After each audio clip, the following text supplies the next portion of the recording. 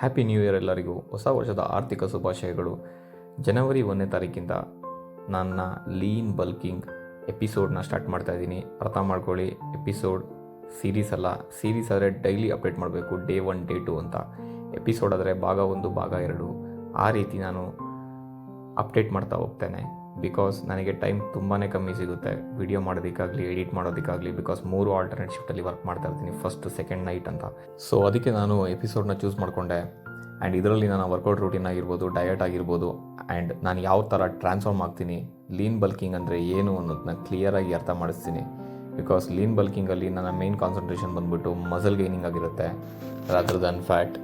So ಅದಕ್ಕೆ ನನಗೆ ನಿಮ್ಮ ಬೆಂಬಲ ತುಂಬ ಬೇಕು ಈ ಒಂದು ಲೀನ್ ಬಲ್ಕಿಂಗ್ ಎಪಿಸೋಡ್ನ ಯಶಸ್ವಿಯಾಗಿ ಪೂರ್ಣಗೊಳಿಸೋದಕ್ಕೆ. ಸೊ ಇವತ್ತಿಗೆ ಇಷ್ಟೇ. ಮತ್ತೆ ಸಿಗುವ ಮುಂದಿನ ಎಪಿಸೋಡ್ನಲ್ಲಿ. Over and out. Cult Kannadiga.